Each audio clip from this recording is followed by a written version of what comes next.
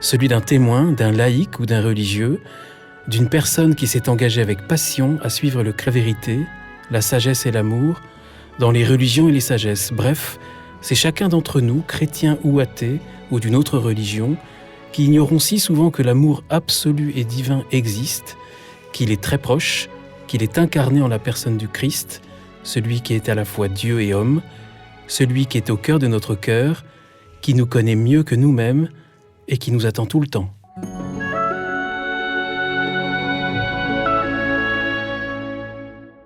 Bonjour chers auditeurs de Zétéo, bienvenue pour un nouvel épisode. Je suis Guillaume Devoux. J'ai la joie aujourd'hui de vous proposer un épisode annoncé il y a déjà quelques mois. J'étais alors au cœur de l'Auvergne, comme chaque année depuis 3 ans. Là, nous étions à la fin de l'hiver. C'était en compagnie de mon invité d'aujourd'hui. Nous venions d'enregistrer ses méditations pour la Semaine Sainte et nous avions alors prévu de nous retrouver un peu plus tard dans l'année à l'occasion de la sortie de son nouveau livre. François Cassingena-Trefdy, bonjour. Bonjour Guillaume. François Cassingena-Trefdy, merci d'avoir accepté cette invitation. Point n'est besoin de vous présenter. Je crois les auditeurs de Zétéo vous connaissent très bien c'est votre, je crois, 10e participation à une émission de Zétéo. Nous avions eu la joie d'écouter vos méditations 2 années de suite pour la Pentecôte en 2022 puis en 2023. Cette année, c'était la Semaine Sainte. Il y avait eu aussi un épisode de rencontre en quelque sorte avec vous. C'était en 2023. Les auditeurs vous connaissent surtout pour votre œuvre littéraire riche, unique, poétique, inspirée, remarquée. Une 30aine d'ouvrages, j'ose dire qu'ils ne marquent pas l'histoire de la littérature religieuse, mais de la littérature tout court, la littérature française avec un grand F. Vous acceptez ? Je suis tout à fait d'accord, et c'est vrai que l'acte d'écriture pour moi est fondamental, et que c'est un exercice spirituel, et que j'ai vraiment un goût artisanal pour la langue française, et que je suis heureux de lui faire honneur. Et vraiment. Vous lui faites merveilleusement honneur avec une plume tellement poétique et tellement différente en même temps. Et alors aujourd'hui, François, on se retrouve à Paris. Est-ce que c'est pas trop dur d'avoir quitté votre Auvergne que vous avez de plus en plus de mal à quitter ? C'est vrai que c'est très difficile. Si vous saviez dans quel intérieur auvergnat j'étais il y a 4 jours. Lequel ? Chez un paysan du côté d'Église-Neuve. Un paysan qui a 75 ans, qui a passé sa vie à fabriquer le Cantal. Alors, je connais un petit peu chez vous, puisque j'ai l'habitude d'y aller. C'est où, Église-Neuve ? Église-Neuve, c'est dans le à la frontière entre le Puy-de-Dôme et le Cantal. Ah, c'est un peu plus loin, alors. C'est pas loin de Super-Besse, pas loin de Besse. D'accord. Et j'étais au sanctuaire de Vassivière la semaine dernière, et j'en ai profité pour voir toutes mes connaissances du Puy-de-Dôme, parce que j'en ai beaucoup. Et j'ai vu ce paysan qui vit, il n'a pas l'eau courante, c'est un intérieur comme on les voyait il y a 50 ans, presque un siècle, mais une gentillesse et une simplicité, et cet homme voulait me voir. C'était très touchant. Et nous avons partagé le canon, la truffade, la tisane. Nous avons fait une veillée, et il y avait d'autres qui étaient là. C'est un autre monde. Incroyable. Alors on va parler de ce monde. Vous le dites dans le livre, on va parler de votre nouveau livre qui vient de sortir il y a 15 jours, qui est déjà, paraît-il, en tête des ventes dans les très bonnes librairies françaises. Vous ne vous absentez de la maison jamais au-delà du temps nécessaire pour que les poids redescendent. Vous pouvez expliquer ce que ça veut dire ? Alors, j'ai des horloges dans la maison, oui, il y en a 3. Les auditeurs les connaissent. Hein. On les entendait effectivement très bien dans les émissions précédentes. Et ces horloges... Là, on est désolé, il n'y a pas d'horloge. Je les remonte manuellement avec une clé, les 2 poids, et j'ai décidé de ne pas m'absenter plus longtemps que ce qu'il faut pour que les 2 poids descendent pas tout à fait jusqu'en bas. Il ne faut pas que l'horloge s'arrête. Donc, grosso modo, ça fait 5 jours. Voilà. Les 2 poids que vous appelez les organes génitaux de l'horloge. Les organes génitaux du temps, c'est une image assez osée, mais... on voit très bien, hein, voilà, on visualise très bien. C'est une image, et l'horloge est extrêmement présente dans le livre. C'est la première page à la dernière. Absolument. Alors ce nouveau livre, Paysans de Dieu, on ne s'en étonnera plus depuis que vous nous avez dit votre bonheur de vivre au plus près de la vie la plus simple, au cœur de la terre des hommes. C'est votre choix de vie depuis déjà pas mal d'années. Oui, c'est un choix, c'est un attrait depuis une attirance, une inclination du cœur et de la vie depuis très longtemps. Ça fait longtemps que je connais l'Auvergne, depuis 1969. Vous l'aviez dit au micro de ZTO déjà. J'ai passé mes vacances quand j'étais enfant dans les Monts d'Or. J'étais moine à Randolph, près de Clermont-Ferrand, pendant 15 ans. Ma vie monastique s'est poursuivie après à Ligugé. Donc, je totalise déjà dans ma vie plus de 21 ans de vie en Auvergne. Et là, maintenant, je suis plus au sud, dans le Cézallier. Paysan de Dieu. En fait, vous êtes un vrai paysan. Oui, vous êtes fier de l'être. Je ne considère pas du tout comme un néo-rural. Pas, absolument pas. Mais vraiment, comme un vrai paysan, en partageant les vrais travaux, en vivant du vrai rythme du temps, en vivant au milieu de vrais paysans, en parlant aussi comme les paysans de mon coin. Et les gens du coin me disent, tu fais partie du pays. Je suis pas du tout une pièce rapportée. Alors que vous connaissez quand même très bien les villes, vous êtes normalien. Normalien, je suis docteur en théologie. À la Cato. Pas très loin d'ici. J'ai fait toutes mes études à Paris. Je venais jusqu'à il y a 4-5 ans presque tous les semaines à Paris pour enseigner à la Cato. Donc j'ai une expérience parisienne. Et maintenant, quand j'arrive à Bercy, je suis pas perdu, mais... Et Bercy, c'est votre gare d'arrivée? Oui, c'est une gare raisonnable encore. Mais je suis content quand je retourne à Bercy pour reprendre le train, et lorsque je vois le Puy-de-Dôme se dessiner à l'horizon, j'ai une émotion très profonde, quasi mystique, d'attachement à cette terre tellurique, volcanique, qui est une terre de feu, de glace, de terre qui parle très très fort. Pas la terre parisienne? La ville, elle est belle aussi, la ville, on ne peut pas renier la richesse, mais je me sens maintenant, un rat des champs. Pas un rat des villes, mais un rat des champs, pour user de l'image de La Fontaine. Alors, François, pour les auditeurs qui ne vous connaissent pas encore très bien, vous êtes moine bénédictin. Tout à fait, je suis toujours. Vous vivez, vous l'êtes absolument toujours, mais vous vivez en situation de semi-ermitage, en quelque sorte. Je vis, donc je suis toujours attaché canoniquement à ma communauté, mais avec un statut particulier, presque, je dis pas original, j'aime pas ce mot original, mais singulier, tout à fait en accord avec l'évêque de Saint-Flour aussi, et c'est pas vraiment une vie érémitique, c'est une vie du solitaire social, voilà. Un peu comme le père de Foucault au milieu des Touaregs. C'est peut-être la meilleure comparaison, mais on peut pas tout mettre en case, et évidemment, dans l'église ou dans la société, on aime bien mettre des cases, lui c'est un ceci, un cela, là, je suis pas hors des clous du tout, mais c'est vrai que je suis ce que je suis. Voilà, c'est tout. C'est un statut très original. Très. Et rare. Rare, oui, c'est rare. C'est vrai, c'est rare. Vous êtes un privilégié? Je me prends pas pour un privilégié, mais pour un peu un pionnier dans un genre de vie qui, à mon avis, quand on regarde l'histoire monastique et le monde monastique au cours des siècles, on s'aperçoit de la richesse et de la diversité. Souvent, on a une image très stéréotypée des moines, un peu moyenâgeuses, mais dans mon pays d'Auvergne, il y avait des petits prieurés de la Chaise-Dieu, où il y avait quelques moines, simplement. Et puis, présence solitaire. La vie monastique, fondamentalement, c'est une vie seule, monos. Mais cette solitude peut être modulée et vécue de manière différente. On n'est jamais seul pour soi seul, c'est surtout ça. On est seul pour les autres, mais jamais seul pour soi. Et je fais l'expérience de ce que ma solitude, au fond, a, par capillarité et par simple diffusion, sans que je le cherche, une influence, elle fait signe socialement. Et ça, c'est très heureux. Sainte-Anastasie, où vous habitez, ce petit village que maintenant je connais bien, et qui devient célèbre en France, en partie grâce à vous, François. Tout le monde parle de Sainte-Anastasie, c'est d'ailleurs très joli. C'est la résurrection. Et vous y êtes depuis combien de temps? Ça fait 3 ans. Le début était pas très facile, et là maintenant, je pense que vous êtes dans une phase de vie je suis très apaisée. Comme si j'étais là depuis 50 ans. J'y serais enterré. Sur mon testament, je demanderais à être enterré à Sainte-Anastasie. Et je suis chez moi. Et je suis non pas simplement un prêtre de passage, mais je suis un habitant du pays.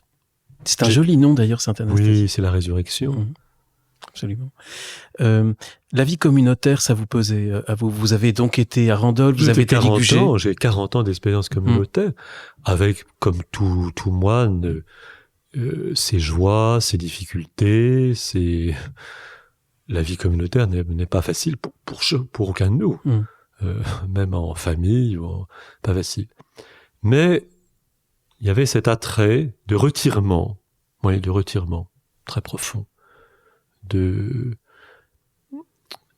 Et j'ai trouvé, si j'ose dire, à Sainte-Anastasie et autour ma communauté.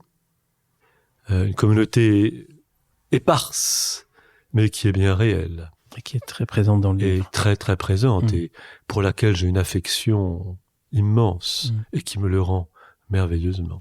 Alors vous avez répondu à la question que j'allais vous poser en vous demandant, mais est-ce que cette solitude dans laquelle vous avez choisi de vivre ne vous pèse pas? Et là, vous venez de répondre. Oui, alors elle peut avoir ces moments rudes, quand il faut tout seul assumer les courses, la cuisine. Je n'ai pas de voiture, donc je n'ai pas de télé, je n'ai pas de distraction, je ne voyage pas. C'est une vie austère. Et le soir, surtout l'hiver, les hivers sont longs, il y a une austérité, mais que j'aime profondément. J'aime cette austérité de vie, oui, beaucoup. Même si je ne vis pas dans une grotte. Les gens parfois s'imaginent que je vis dans une grotte. C'est une maison qui est poétique. Et comme je crois, je suis fondamentalement poète. Je suis poète de mon existence et je suis poète de l'espace que j'habite. La maison, le jardin, qui n'est pas une maison au design ou confortable ou luxe, pas du tout. C'est un peu ancien, un peu 19e, un peu très provincial. Et puis vous avez essaimé les brocantes. Vous aimez ça? Oui, pour peupler la maison de vieilles choses qui ont beaucoup d'âme et que en bois, j'aime le bois beaucoup. Beaucoup. Alors François, on parlait là, vous vivez en quelque sorte un peu coupé du monde, mais pas tant que ça. C'est en fait un autre regard sur le monde. Mais le monde dans lequel nous vivons tous, vous le connaissez bien, et vous le rappelez à un endroit de votre livre. C'est pas au début, c'est peut-être au milieu. Vous le dites. Là, on parle de cette période de vie apaisée et très féconde dans laquelle je crois vous vivez. Très. Mais vous dites, moi j'ai connu la crainte, l'angoisse qu'inspire une humanité désorientée, une histoire oublieuse de toute leçon et désormais une planète moribonde. Oui, c'est vrai. Il y a cet aveu très personnel, comme peut-être il m'est arrivé rarement d'en faire. C'est l'expérience de la vie qui est difficile pour chacun de nous. Mais même si je suis retiré à l'écart, je vois bien le monde tel qu'il est. J'ai pas besoin même de surinformation, mais je le vois et je l'entends. Et c'est vrai que ce monde est inquiétant, à vaste échelle, les guerres, la menace aussi sur l'équilibre de la planète, tout ça, ça nous atteint. Mais il faut pas désespérer. Et cette expérience dans un microcosme très simple, avec eh bien, ça donne beaucoup d'espérance. Et peut-être qu'on oublie ce monde dans lequel on est quand on est dans vos vallées. On l'oublie pas, mais de certaine manière, c'est un autre monde.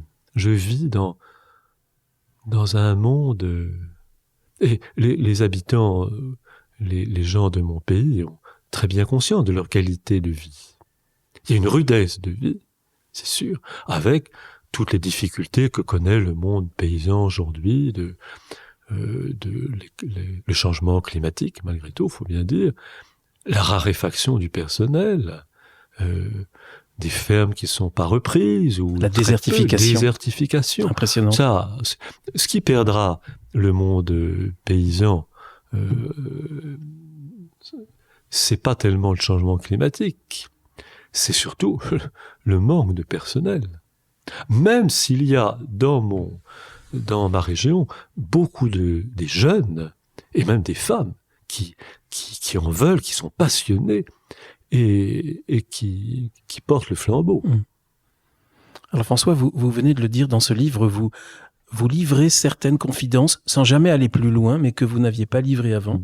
Parce que là, on a parlé de ce monde inquiétant, mais vous parlez aussi de certains aspects de la vie qui peuvent être inquiétants.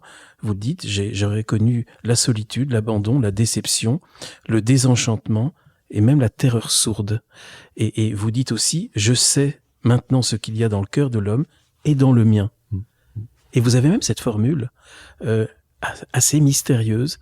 Vous dites, dans mon cœur, en fait, ce qu'il y a, c'est cette périlleuse candeur qui ne s'entretient d'aucune naïveté. Que voulez-vous dire par là? Ça, c'est mon tempérament.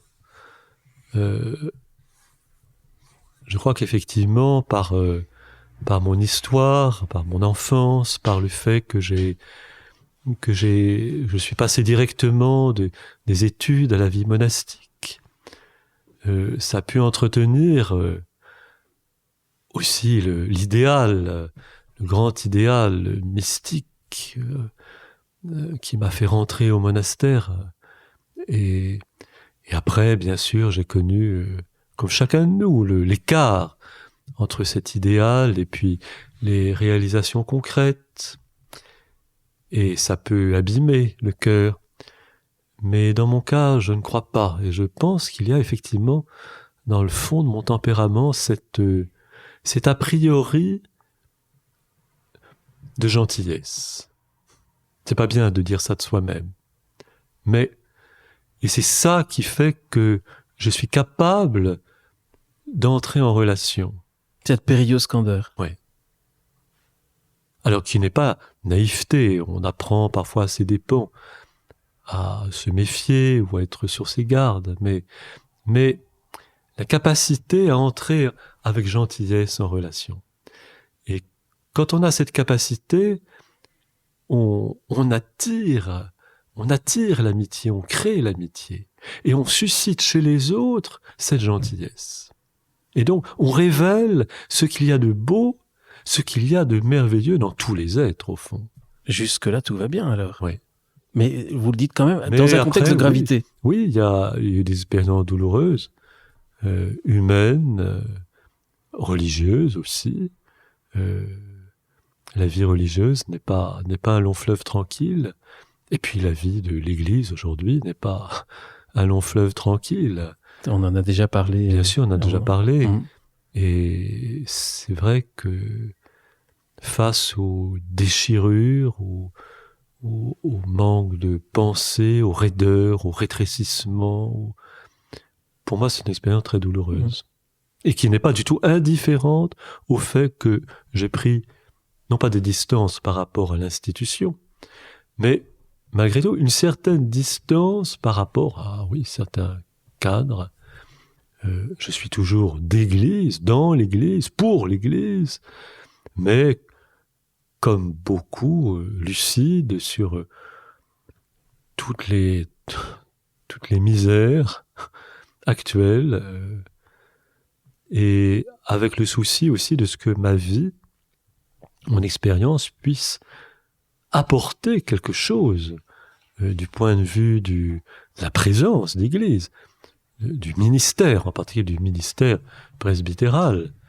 J'ai un ministère qui est passionnant, qui est très beau, même si je suis pas curé en titre, j'ai un statut particulier, mais je rends service dans un vaste rayon pour les messes dominicales, pour les sacrements, pour les baptêmes. Je me souviens, vous me disiez la dernière fois, votre joie de donner les sacrements. Oui. Et c'est la joie qui vient surtout lorsqu'une demande m'est adressée, par exemple pour un baptême ou pour les enterrements, parce que cette demande vient, non pas automatiquement, mais elle vient de ce que je partage avec les hommes et les femmes de ce pays, une expérience humaine, concrète, laborieuse. Si on me demande des baptêmes, c'est parce qu'on sait que je suis un prêtre qui va traire les vaches. J'ai une expérience de prêtre ouvrier, ou de moine paysan, même si c'est pas officiel, même si je suis pas syndiqué, c'est au-delà de toute... C'est même bénévole, c'est un bénévolat dont je vais par pure amitié donner mes services dans une pure gratuité. Alors après, on me rétribue en fromage, en œufs, en lait, en repas partagés. C'est sans prix. Et en amitié, ça n'a pas de prix. Et on vous conduit, vous n'avez toujours pas de voiture? Et je n'ai toujours pas de voiture, donc je vais loin à pied. Souvent, le soir, je chante les vêpres dans ma chapelle, puis après, j'enfile ma combinaison, mes bottes, et je vais traire dans une ferme des environs, et le paysan me ramène le soir, surtout quand c'est tard, qu'il fait mauvais. Voilà. Donc, je vis une vie. C'est une décantation de l'existence, mais on ne peut même pas avoir l'idée. Je ne vous y ai jamais vu qu'en bottes et en combinaison, parfois en treillis militaire aussi. Oui, j'ai des tenues de chasse, parce que je partage aussi. J'accompagne les chasseurs je ne chasse pas moi-même, mais j'aime bien la chasse, ce qui passera pas très bien pour certains, mais j'accompagne les chasseurs de ma commune, et là aussi, c'est une expérience humaine, amicale. Mais la chasse est un amour de la nature. Mais bien sûr, peut l'être. Bien sûr, elle n'est pas du tout ce qu'on nous raconte. Et j'aime bien accompagner, je participe aussi au cochon.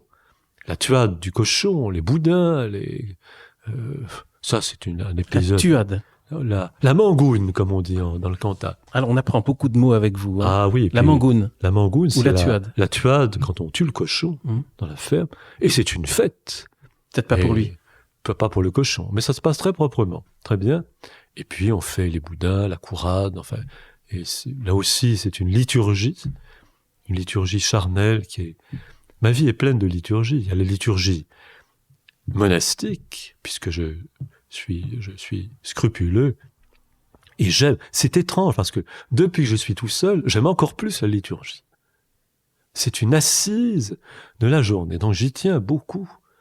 Être dans ma chapelle et chanter, parce que je chante toute la liturgie. Et puis la liturgie rustique, rurale, des tâches, de la traite, des foins, des clôtures, de tout un tas de petits services, de tirer la bouse, de pousser le foin, et j'aime profondément ça. J'aime sentir la bouse. C'est mon odeur sui generis. Et quand ça sent la bouse chez moi, je suis content. Mais c'est peut-être mieux que vous viviez seul alors dans ce cas-là. C'est vrai. Mais, comme je le dis au début du livre, c'est à cette odeur-là qu'on se flaire et qu'on se reconnaît et qu'on s'estime du même monde. Et je parle d'un paysan qui vient chez moi souvent le soir, Jacques, et qui lui il arrive à la maison avec les bottes, la combinaison, et puis on prend un canon, une tisane le soir, et nous nous retrouvons dans une fraternité extraordinaire. Donc pas de déodorant, pas d'eau de toilette. Si quand même, pour moi. Mais c'est déjà la vie monastique donne un apprentissage d'une vie dépouillée et simple. Justement, tout à l'heure, je suis allé trop vite parce que vous avez prononcé un mot très important et vous me permettez d'y revenir. Vous avez parlé du décantement. Bien sûr, c'est un décantement. Et même dans le livre, j'ai des pages qui peuvent paraître assez rudes, même sur la mort, enfin de la vie intellectuelle, ou universitaire, prestigieuse. Tout ça, pour moi, n'a plus aucune importance. C'est mort. C'est mort. Pour vous. Et pour moi. Alors, naturellement, je continue à écrire, à penser, à écrire comme j'aime écrire. Ça, c'est impérissable. Mais c'est dur d'enseigner à la catho, alors, dans ces cas-là. C'est vrai que c'est dur. C'est vrai. J'y suis plus trop, en fait. Je le fais pour vivre. Parce que vous y allez aujourd'hui, d'ailleurs. J'y vais aujourd'hui pour mes étudiants. Alors, je le fais, oui, avec plaisir, mais ma tête et mes mains sont ailleurs. Mais je suis sûr qu'ils vous aiment, vos étudiants. Mais bien sûr. Et je vais les voir cet après-midi, et on va faire connaissance en présentiel. Quand même, je vais voir leur museau, ils vont voir le mien, parce que je leur enseigne sur une plateforme, je leur donne le fourrage, si j'ose dire, sur la plateforme, mais c'est quand même plus sympathique de les voir en direct. François Cassin-Génin-Trévedi, donc ce livre est aussi la confirmation d'une renaissance, vous me permettez ? Tout à fait. Celle du paysan de Dieu. Et vous dites, heureusement j'ai mon jardin. Au milieu de tout ça, il y a le jardin, non pas imaginaire ni conquis, mais donné. Vous parlez de votre jardin physique, mais et aussi de tout ce qu'il représente pour vous. Et ce jardin qui n'est pas délimité uniquement à votre enclos, mais tout ce que vous avez autour de vous. Et vous dites, c'est ce jardin-là qu'on appelle le bonheur. C'est vrai. Et c'est vrai que j'ai trouvé, j'ose dire, parce qu'on le demande parfois, j'ose dire que j'ai trouvé le bonheur. Alors, pas du tout un bonheur facile c'est un bonheur rude, laborieux, qui est plein de fragilité aussi, d'épreuves, mais c'est un bonheur, c'est vrai. Alors donc, dans votre livre, il y a la nature, le jardin, les jardins, beaucoup d'animaux.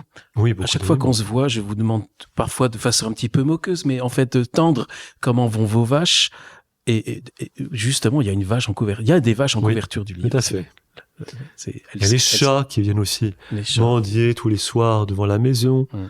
Il y a les chiens et la familiarité des chiens, la gentillesse des chiens qui, je sens, ils sentent que je fréquente d'autres chiens. Alors ils sont et puis il y a toutes sortes de bêtes, les vaches évidemment, le monde animal et cette plongée dans le monde, cette proximité du monde animal qui modifie le tempérament de l'homme de manière très subtile.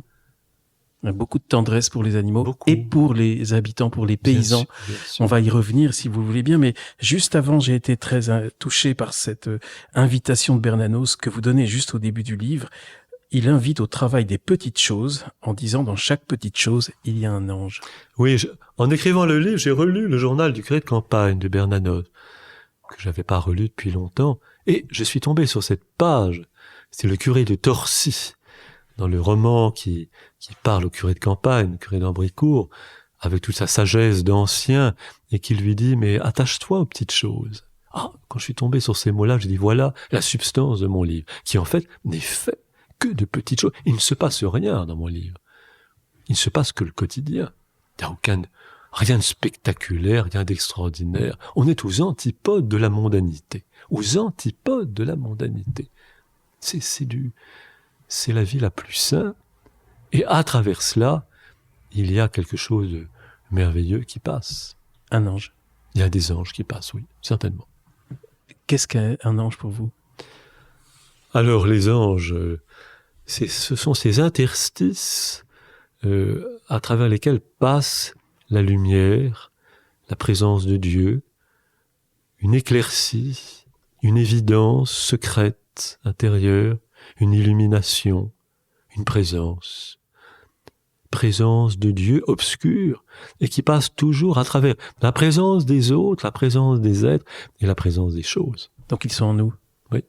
Parce que vous n'avez pas parlé d'entité là. Non. C'est intérieur. Je laisse les auditeurs méditer. Les auditeurs aiment bien qu'on parle des anges, donc on en aura un petit peu parlé. Ça. Mais je pense qu'il y a beaucoup plus de silence et de profondeur, en quelque sorte, dans la présence de l'ange. Oui. Alors François, ce qui est inattendu, quand on rencontre un homme qui nous parle de spiritualité, la spiritualité, je dirais même la mystique, elle est importante dans votre œuvre. On est plus tourné en général vers l'éternité. Et alors vous écrivez un livre totalement différent, puisqu'il est essentiellement consacré à restaurer notre rapport avec le temps. C'est vrai, le temps est une idée, enfin, il n'y a pas d'idée, puisque je dis que je n'ai pas plus d'idée. Le temps est un fil conducteur du livre, le livre commence par la description de l'horloge, et le temps commence avec le livre. Puisque je commence une autre vie, et je commence d'une certaine manière la vraie vie. Et le temps commence. Et puis à la fin du livre, le soir de Noël, j'évoque, il y a la musique, il y a Bach, le Et Incarnatus Est, l'incarnation, qui est aussi un grand fil conducteur du livre. Et puis il y a le bruit de l'horloge, qui marche toujours, et je parle de mon adorable temps, un temps hors du temps, ou un autre temps, qui est un temps extraordinaire. Je vais être obligé de changer de conclusion, là, pour le coup. C'était ma dernière question. Nous avons parlé de votre vie d'avant, et vous le redites, François, dans le tout début du livre, tout ce qui précède n'était sans doute que préface, et vous parlez de l'antan. L'antan seul existe. Oui. Antan, c'est autrefois. A-N-T-A-N, l'antan, antan. Et c'est vrai, j'ai retrouvé le temps retrouvé de Proust, mais j'ai retrouvé une ancienneté ou une antiquité, une enfance, c'est la même chose. Antiquité, ancienneté, antan, enfance, Il y a un retour en enfant, qui n'est pas du tout une régression, mais qui est la grâce de pouvoir revenir dans une espèce de paradis. Et la vie que je mène, qui est laborieuse, difficile, obscure, qui, comme aucune vie, on n'est pas à l'abri de la solitude, de l'inquiétude, de l'angoisse parfois. Mais il y a une dimension, oui, de paradis, c'est vrai. D'ailleurs, c'est ce que vous dites dans une formule magnifique. Là, maintenant, je vais donc célébrer quotidiennement mon enterrement volontaire et somptueux. L'enterrement, c'est-à-dire l'enfouissement dans la réalité de la terre du jardin, la bouse, c'est un enterrement à la fois magnifique, somptueux. Somptueux, c'est un luxe. Ma vie est luxueuse, en fait. C'est un luxe aujourd'hui de pouvoir vivre dans cette simplicité, loin de toutes les mondanités, de toutes les superfluités, de tous les gadgets, c'est un luxe qui est difficile. Et la vie monastique, par son dépouillement, par son ascèse, prépare à cela. J'étais préparé. On ne s'improvise pas dans une vie comme ça, certainement pas. Elle est l'aboutissement ou la conclusion. Je n'oublie pas que j'ai 65 ans et donc je suis à l'automne de ma vie. Vous avez même une formule incroyable. Vous dites de ma propre vie, je suis désormais l'unique survivant. Parce qu'aujourd'hui, au fond, surnage ou survit tout ce qui, dès mon enfance, était important. Je me souviens cette expérience, la plus belle expérience de mon enfance, lorsque j'allais à l'école, une école nouvelle, d'ailleurs avec une pédagogie particulière, j'étais toute ma vie doucement réfractaire à toutes sortes d'embrigadements. Je suis un homme libre. Alors j'ai traversé toutes sortes de structures, mais intérieurement, j'ai toujours été en chemin de liberté et conservant la grâce de cette liberté intérieure. Même si je me suis soumis à plein de choses. L'histoire de ma vie, c'est celle de ma liberté, qui n'est pas du tout quelque chose de farfelu, de 68 ans, absolument pas. Mais c'est le chemin de tout homme, c'est l'exode. Et lorsque j'étais enfant, je me rappelle, j'allais en classe et il y avait un pont qui passait au-dessus d'une voie ferrée. Il y avait un prunus en fleurs. Et au mois de mars-avril, je m'arrêtais devant cet arbre qui était un buisson ardent de révélation, de la beauté, de la fraîcheur, de la nature. Et puis, il y a eu l'expérience de la neige, l'expérience des vacances, l'expérience de la paysannerie, des monts d'or, et tout cela restait profondément en moi, et c'est à cela que je suis revenu. L'unique survivant. Voilà. C'est beau. Alors, les horloges, le rapport avec le temps, on sent même qu'il y a un petit malin plaisir, presque de démiurge, puisque vous le dites, j'ai imprimé au balancier son premier mouvement, alors le temps a commencé. Oui. Et c'est vrai que alors les deux horloges sont parfois un petit peu en décalage l'une avec l'autre, mais ça fait rien. Elles font leur train, comme on dit dans le Cantal, et puis moi aussi, dans un compagnonnage, faire son train. J'aime beaucoup cette expression cantalienne. Il fait son train, les bêtes font leur train. Ça dit toute la simplicité, l'humilité. On fait son train et puis on verra. Faut pas trop se poser C'est vrai que ma métaphysique, comme je l'écris dans le livre, se borne aux courgettes, aux poireaux du jardin. Et c'est la grâce de la vie rustique. On ne part pas dans des élucubrations compliquées. Théologiques. Mais on fait son travail. Il y a des choses à faire chaque jour, on les fait jusqu'au bout. Jusqu'au bout, voilà. Vous parlez, François, tout à l'heure, vous avez parlé de résurrection avec Anastasie, Sainte Anastasie, votre hameau, votre village. Et là, vous parlez de l'entend ressuscité.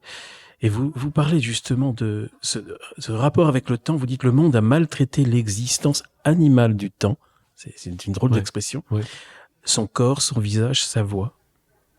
Oui, puisque l'horloge, il y a le son, on entend le temps. Et puis il y a son visage, il y a son cœur, le grand disque d'or. Et j'ose même parler à un moment des organes génitaux du temps, les poids, qu'on remonte. C'est un peu comme les organes des taureaux que je vois. Cette animalité puissante, grave, solide. Je suis dans un monde solide. Il n'y a pas de pacotille, quoi. Il y a du charnel, du solide, tout. Vous avez le sentiment que vous entrez dans votre propre vie, votre vraie vie? Vraiment. Dans une espèce de petite éternité. Ouais. Mais c'est le sentiment que vous donnez justement avec cette appropriation du temps, et vous le dites, en parlant de l'horloge, sa mécanique, non son âme, elle est désormais entre mes mains. En général, on a toujours un rapport un peu compliqué avec le temps. Oui. On aimerait être à demain, ou alors on voudrait plutôt être à hier, ça, oui. Et puis on voudrait parfois que le temps aille plus vite. Et vous, au contraire, on sent cette délectation de sentir les secondes. Il y a une régularité aussi. J'ai une vie régulière. C'est pas du tout... alors, bien sûr, avec toutes les petites... chaque jour, les surprises, mais c'est une vie très régulière à laquelle j'aspire profondément, par instinct monastique. Je n'ai pas besoin de distraction du tout. Alors vous avez un effroi, ça m'a étonné. Vous dites, mon plus grand effroi, c'est que le temps expire. Oui. Ça m'arrive de rêver, c'est un cauchemar, que cette expérience, que je vais en être arraché ou qu'elle ne sera que momentanée, alors que là, elle est définitive. Et je souhaite demeurer dans cette durée profonde et vraie. C'est dans cet univers qui est mon cloître. Mon cloître, c'est cette vie rustique. Voilà. Avec ce qu'elle a de chaleureux, de taiseux, de pas toujours démonstratif, de laborieux, de simple. C'est mon cloître. Ouais. J'ai refait vœu de stabilité comme jamais je l'ai fait dans cette vie-là. Alors vous avez parlé d'enterrement tout à l'heure, vous avez cette très belle, très poétique formule. L'horloge sonne mon enterrement qui est aussi ma béatitude. Oui, parce que c'est une béatitude. Je parlais du bonheur tout à l'heure. C'est un bonheur difficile, coûteux, mais c'est un bonheur réel. C'est pas du tout un bonheur factice, imaginaire ou sophistiqué. Et tous les paysans que je fréquente me disent, mais nos anciens étaient peut-être plus heureux que nous quand ils n'avaient pas tous les moyens qu'on a aujourd'hui. Ils se rappellent des veillées, de la vie sociale qui était très abondante, les services, tout cela. Mais la paysannerie de mon coin garde encore beaucoup et merveilleusement, et c'est ça qui me touche, ces valeurs profondes d'humanité, de simplicité, et je les aime vraiment profondément. Ouais. J'ai beaucoup d'admiration, de considération pour eux. Dans la variété de leurs exploitations, de leurs méthodes, des proportions, mais on trouve toujours... il y a des trésors d'humanité, vraiment. Vraiment. Comment définir le temps? Vous essayez, mais vous dites en tant que philosophe rustique, ma seule définition, c'est le nombre d'or. Le nombre d'or. Alors c'est quoi le nombre d'or? C'est le nombre d'or dont parlait Pythagore et bien sûr dans l'architecture antique des Grecs. Le nombre d'or, ça renvoie très précisément au disque de l'horloge. Ce grand disque de cuivre qui se balance et qui indique, qui est le cœur et qui indique le nombre, le temps que l'on mesure dans sa rigueur. L'horloge, elle est rigoureuse. Bon, parfois elle retarde ou elle avance, mais elle est rigoureuse dans son mouvement, comme le pouls. C'est comme la vie, c'est une espèce de pouls vital. Et ce temps-là, ce temps qui n'est pas encombré, qui n'est pas stressé, ce temps, c'est de l'or. C'est un temps à l'échelle humaine. C'est un temps humain. C'est un temps humain, c'est un temps qui est effectivement de l'or. Et effectivement, avec vous et en vous lisant, on a envie de savourer son propre temps pour le coup, oui. et de le respecter davantage. Pas de le tuer. Et justement, c'est un livre qui restaure le temps. Il est pas du tout passéiste ou nostalgique. Il n'y a pas de nostalgie en fait. C'est assez étonnant parce que vous aimez ce qui est ancien. Oui, mais il n'y a pas de nostalgie, absolument. Et je suis en contact avec des êtres réels qui sont de leur temps. Les paysans de mon coin sont tout à fait font pas de l'archaïsme, ils sont de leur temps, avec les difficultés du temps aussi, et ils sont sérieuses, hein. Et j'en suis bien témoin. Alors, on va peut-être parler un petit peu d'eux tout à l'heure, si vous le voulez bien, François. Mais ce rapport au temps, on le vit dans ce livre, Paysans de Dieu. On vit le carrousel des saisons en quelque sorte, et on vit les différentes saisons de l'année. J'ai beaucoup aimé ce que vous dites sur l'hiver. Vous dites l'hiver, il est vrai.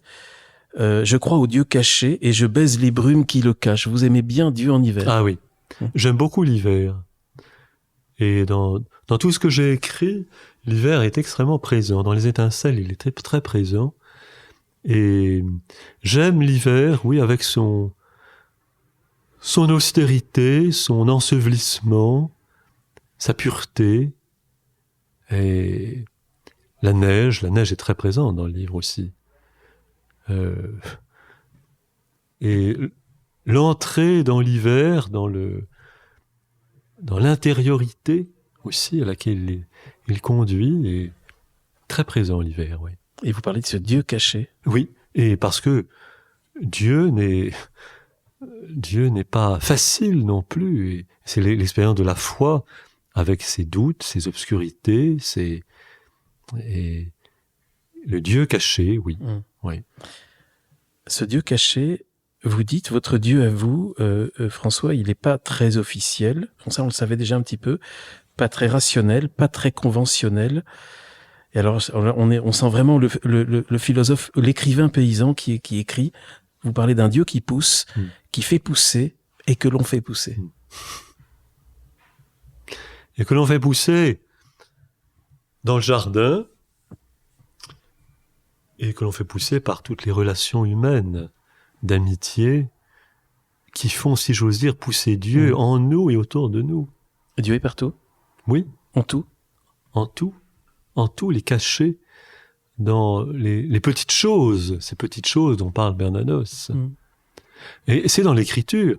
Dieu n'était pas dans le fameux épisode du prophète Élie. Dieu n'était pas dans les grands spectacles, la tempête, mais dans la brise légère. Comme il est dans la manne, qui est toute fine à la surface du désert. La manne ou la brise.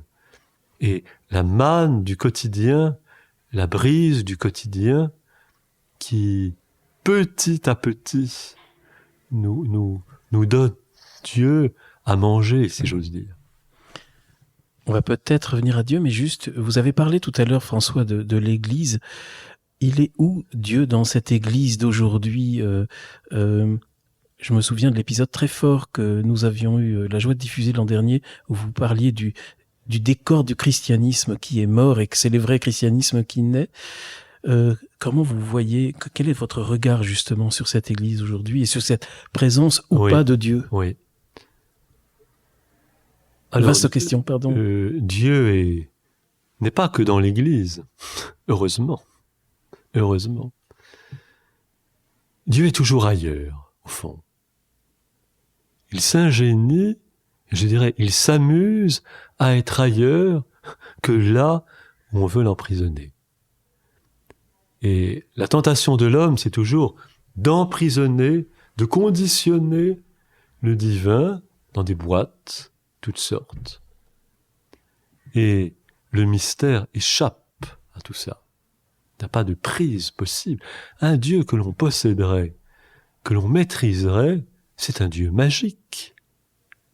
Mais Dieu, même le mot Dieu est un mot piégé, parce que c'est un mot déjà qui met la main dessus. Et Je préfère parler du mystère. Le mystère de la vie, le mystère sur lequel nous avons pas de prise. Alors bien sûr, Dieu est dans les sacrements, dans les Écritures, comme à travers des médiations. Et il est dans nos relations. Il est dans nos expériences. Et il n'y a pas on peut pas dire simplement, il est là, il n'est pas ailleurs. C'est ce que dit Jésus. On vous dira, il est là, n'y allez pas. On sent avec vous qu'il n'est pas trop, en fait, dans cette structure. Alors, il y est, mais sans y être enfermé. Et cette structure, c'est ce que j'allais dire. Cette structure, elle est là. Elle est vénérable, elle est ancienne, elle a son histoire. Mais elle a besoin de se renouveler sans cesse. Juste à ce sujet-là, une parenthèse, moi, c'est le fait divers, en quelque sorte, de ces dernières semaines. Oui, bien sûr, l'abbé Pierre. Exactement. Est-ce que c'est pas quelque chose de choquant, en fait, que on nous explique, même au niveau du pape, que, en fait, il savait depuis très longtemps, mais on le disait pas, en espérant peut-être que ça ne fuite jamais. C'est vrai que cette affaire des abus, depuis quelques années, a beaucoup endommagé le visage de l'institution. Et à mon avis, c'est pas la seule chose qui l'endommage. Personnellement, je pense que le repli identitaire auquel on assiste aujourd'hui dans l'Église de France en particulier est très préoccupant. Très préoccupant. Et je me sens très étranger à cette espèce d'esprit revanchard, tradit. Non, ça ne m'intéresse pas. Ce Dieu-là ne m'intéresse pas. Du tout. Du tout. Et que pensez-vous, justement, ce que je venais de dire, François, de ce secret gardé longtemps en espérant que ça ne fuitera pas, et puis finalement ça fuite, et puis moi, ce qui m'étonne le plus, en fait, c'est que les clercs, et même le pape, disent, en fait, on savait depuis longtemps. Oui. Il y a quelque chose comme... Oui, c'est vrai. Alors aussi, on découvre aujourd'hui, et on le découvre partout, qu'il n'y a pas d'idole possible, qu'il n'y a pas de...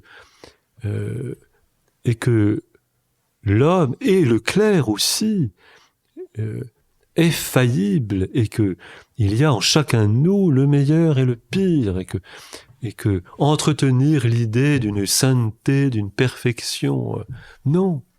Et on découvre que, eh bien oui, que ceux que nous prenions pour des idoles ne le sont pas.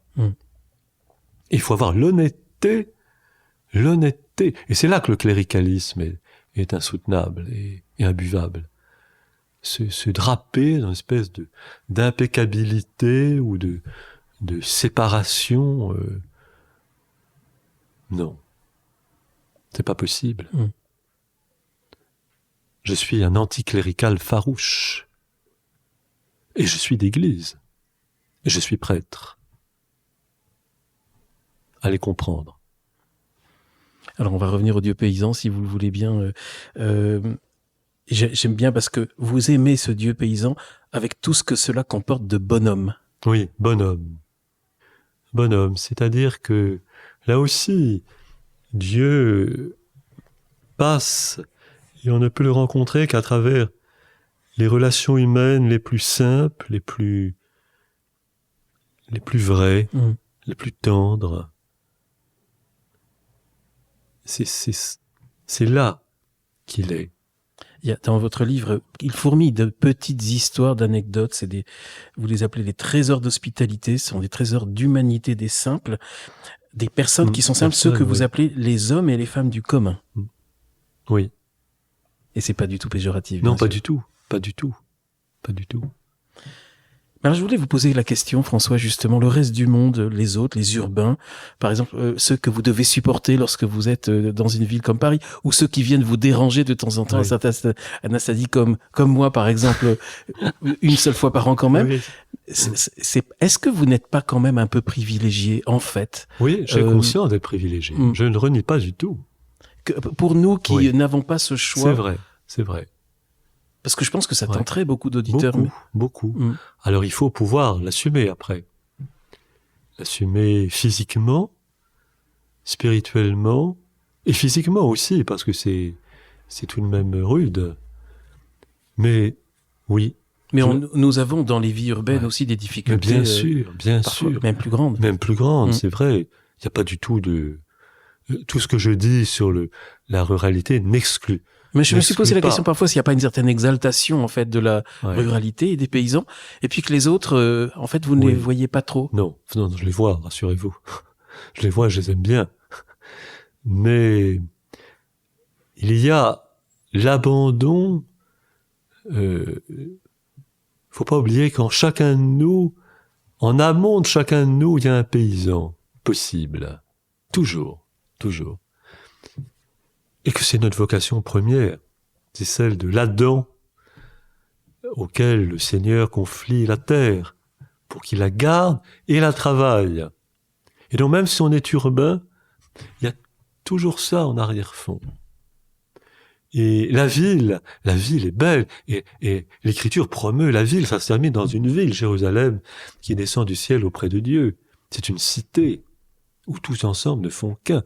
L'idéal de la cité de Dieu, que toutes nos cités urbaines, humaines, ébauchent, qui sont à la fois Sodome et Jérusalem, qui sont Babel et Jérusalem. Et nous sommes faits pour le lien social, et même les paysans. Un paysan ne vit pas tout seul.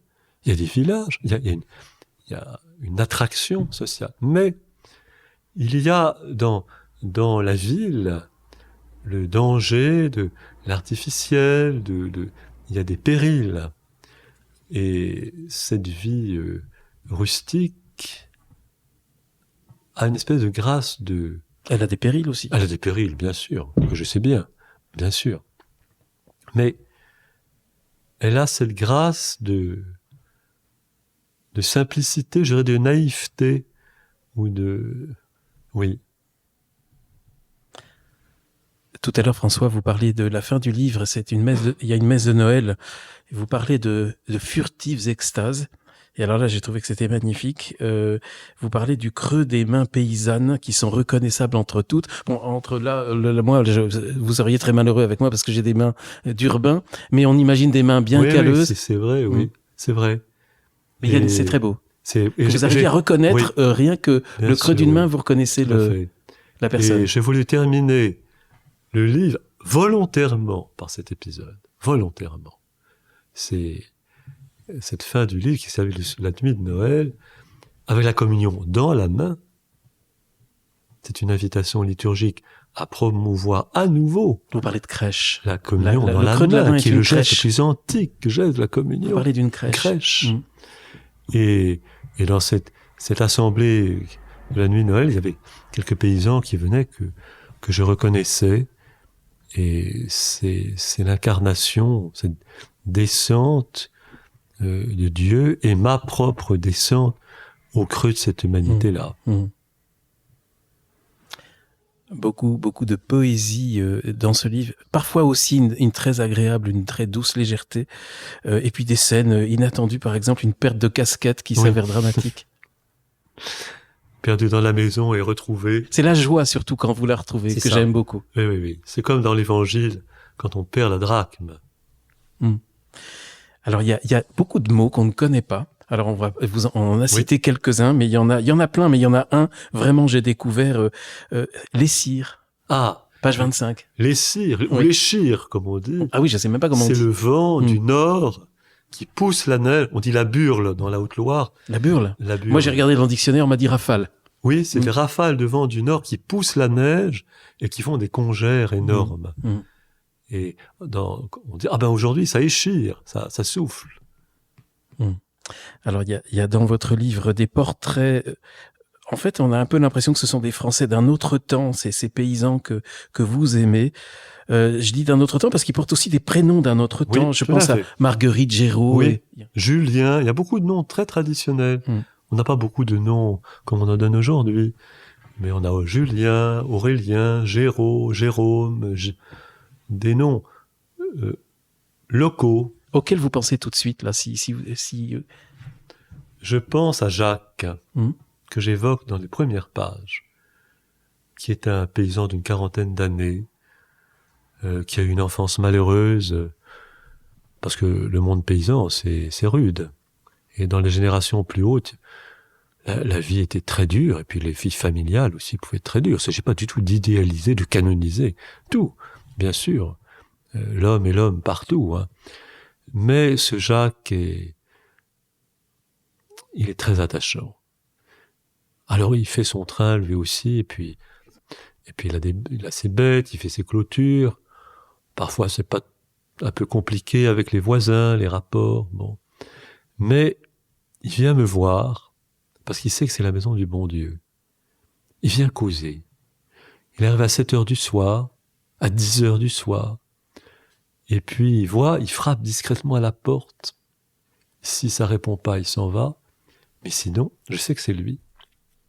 Et puis, on partage parfois le dîner, on partage une tisane, un canon, comme on dit, un verre de rouge ou une bière. Et puis on cause, il me cause de ses travaux, de ses affaires, avec un regard lumineux d'enfant. Il me touche beaucoup, beaucoup, beaucoup. Et assez présent dans le livre. Et je lui ai même lu la page qui le concernait. Et comment il a réagi ? La page sur l'odeur de bouse qui se répand dans la maison. Et il était d'accord. Je lui ai dit, tu sais, Jacques, faut que je sois honnête, que je te lise cette page qui te... Mais on est très frères. Très frères.